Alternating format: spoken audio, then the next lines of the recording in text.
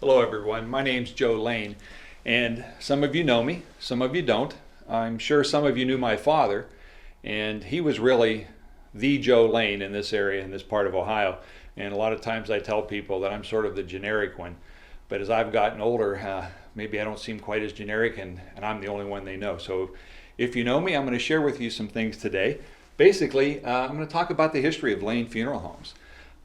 We are one of the 100 oldest family businesses here in Ohio, and we're really proud of that. And when I have an opportunity, I really like to share that with folks and let them understand really where we came from, how we became the large funeral home company that we are, and how we've come to serve many, many families in the valley. Back in 1855, in Mineral Ridge, Ohio, a fellow by the name of, I can't remember his first name now, but a fellow by the name of Burford. What was his first name? William, I believe. William Burford started a funeral home in Mineral Ridge. But it wasn't really a funeral home. What it was Burford Furniture and Undertaking. And all the undertaking part was a little building on the side of the actual furniture store that said Undertaking in the window. And one of the reasons he did that work was because he had a horse and carriage. He could build caskets, so he could go to houses, pick up someone when they passed away, and he could get them to the cemetery or get them to the church. And most of the time then they had the services either in the church or in the homes. And so that's how he got into undertaking, the undertaking business. So that was Mr. Burford in 1855. So how does it get to be Lane Funeral Home? Well, that's when my family really starts to come into the picture. Somewhere here, a little shy of 1900, my grandfather was born in Australia. And while living in Australia, his father, who I'm actually named after, Joseph David Lane, was a rancher, and he was riding his horse, and while crossing a bridge one day, the horse was spooked. He came off the horse and went over the bridge, and there was no water. So the landing was not good. He did not survive it, and my great-grandmother was left a widow. And so a young Joe Lane, actually at the time, had to leave Australia with his mother as a widower. And they went back to England. And so they're back in England here, and she doesn't know what to do. She's a young mother with a young child, a young son. And some friends told her that they knew people in Mineral Ridge, Ohio, over in the United States, and that maybe it'd be a really good idea that she go over there and maybe she could find a husband. And so what she did is she booked passage to come to the United States, to go to Mineral Ridge, Ohio. And she was all set to go, and my grandfather ended up with a severe case of and they had a name for it back then, and we don't even use it anymore, but it was let's call it the flu. And she had to cancel her passage. She couldn't go on the boat. That boat that came over to the United States sunk on its way over here, and everybody was lost. So, he sort of dodged a bullet there, as they say, and they had to rebook passage. Now, that's a pretty tough lady. Her husband dies in Australia, gets thrown from a horse. She's getting ready to take her son over to the United States, and the boat they're going to go on sinks.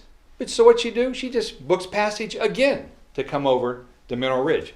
So she lands in Mineral Ridge, late 1800s, with this little boy, and she ends up meeting Mr. Burford, who was a widower.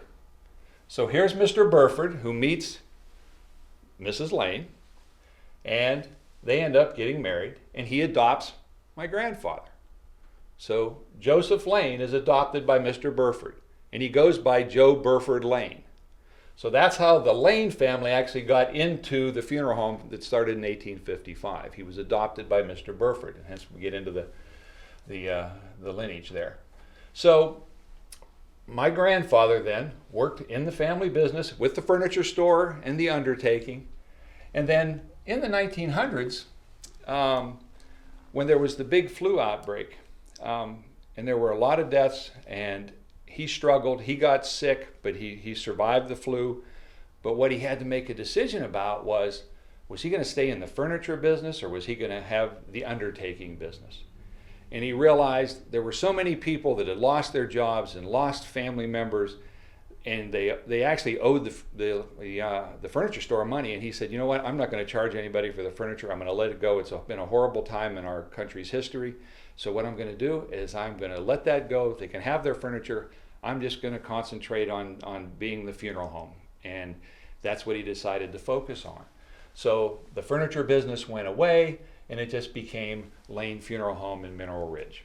And that funeral home stayed there and was a small, nice little community funeral home. It was sort of nestled between Warren and Youngstown somewhat, and lived there for many years. And my father then, after World War II, when he came back from overseas, he was in Germany, he was an officer in World War II in the United States Army, and he came back and he decided to, take over the family business, but not wholeheartedly. It really wasn't what he wanted to do. He wanted to be a football coach. He came back. He was hired at that time after he got out of college to be a teacher at Fitch High School and to coach football. And he was going to help his father on the side in the little funeral home in Mineral Ridge. And what happened was, unfortunately, because of the problems that had occurred to my grandfather's health during that flu epidemic, he ended up passing away. And what happened is my dad had to make a decision: am I going to be a teacher and a coach, or am I going to have to take over this funeral home?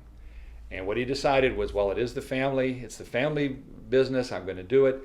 So he went to mortuary school in Cleveland, and he hired some old timer to sit in the funeral home until he completed, and then he took over the funeral home in Mineral Ridge. And that would have been around 1951 is when that all transpired. Now, I was born in 52. In 1959, Austintown was pretty much just a crossroads. And my father said, you know what, if I'm going to be in this world of providing funerals to families, he said, there's areas that are growing and that are expanding, and he said, I think I should do something. I should go somewhere. So in 1959, what my dad did is he decided that he would buy a little piece of property in Austintown, Ohio. And at that point, he said, I'm going to open a funeral home in Austintown. And of course, a lot of people thought he was crazy. He was still a young guy. They thought he was a little headstrong and maybe a little foolish to just build a building in Austintown and hope that people would go there, that they would use him and be comfortable, calling him. But he built that funeral home in 1959. And it was a good move. Austintown grew. He knew a lot of people. My dad, anybody that knows him or knew him, he was a great man with a wonderful personality, and he really cared about people. That was his passion. He loved people. And so it was that concern over people that allowed him, I really believe, to grow in Austintown, and for that funeral home to get more busy and become more involved in the community. And that was what my dad was all about, was helping people, being involved, and doing what he could to give back to when he could. In 1973, yours truly was about ready to get out of college, and my father decided to buy the Williams Funeral Home in Canfield. And the Williams Funeral Home had been there for many years. It's a historic, what we call a heritage firm. It had been around for a long time, just like the original Mineral Ridge Funeral Home was for us. And I honestly think my dad got that because I was getting out of school, and I don't think he wanted to have to deal with me every day, so he thought he'd stick me out in the southern frontier in Canfield, and I could work in that funeral home, and I wouldn't bug him too much. So I went out to Canfield when I got out of college and mortuary school, and I stayed in Canfield then, and that was my main place that I worked. Unfortunately, then fast forward many years, and the growth of the Mineral Ridge Funeral Home and the Austintown Funeral Home and the Canfield Funeral Home and those communities and our relationships with the people in those communities. And in about 2002, my dad became quite ill, and my father passed in 2002. Shortly after that, there were a couple opportunities that came up where I was able to purchase the Mattis Funeral Home in Brookfield, which also had an attached crematory, so that the Lane Funeral Home group at that point, which would have been Mineral Ridge, Austintown, Canfield, and then Brookfield, would have its own crematory. So we would be able to take care of families, loved ones ourselves, and not have to go to someone else. And I liked that. I thought that was a good reason to do that. So we went into Brookfield. So at that point then, we've got the 4 funeral homes. In 2005, another opportunity presented itself. A friend of mine that I'd actually gone to mortuary school with and I were talking, and he was at a point where he had one individual that wanted to retire, and there were a couple other, partial owners. And we spent quite a bit of time discussing whether it would be a good merger to bring us together and combine our companies. And in 2005, what happened is we reached an agreement whereby Lane Funeral Home would take over the Warren, Cortland, and Niles facilities of a group that was basically, in Warren was the Roberts Clark Funeral Home, Cortland was the Schaefer Winans Funeral Home, and Niles was the former McDermott Funeral Home in Niles, Jack McDermott. So we took those three over in 2005, which made the total then, of course, seven chapels. And then in 2010, there was another opportunity presented itself in the Boardman area where we were able to reach an agreement with the Anstrom brothers. And the Anstrom Funeral Service was, again, a long-standing historic heritage firm.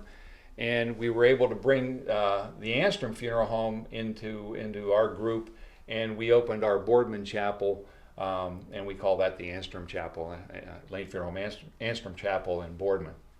So that's sort of the rundown of where we came from and how we got here. And it basically started, there's three Joe Lanes in there. There was my grandfather, who was the young child, of course, that had to leave Australia and ended up in Mineral Ridge with his mother and was adopted. And then there was my father, who after World War II had to make a tough decision of what he was really going to do with his life, and he opted to not be a teacher and a coach and take over the funeral homes. And then there was my decision, as I finished up college up in Michigan, to decide to come back into the family business arena as well, and I've been there ever since.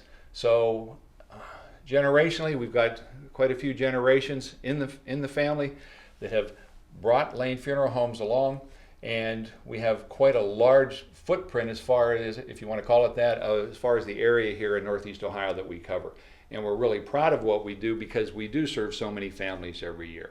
And we feel that it's our heritage going back so far that allows us to do the things that we do that can make people comfortable dealing with us.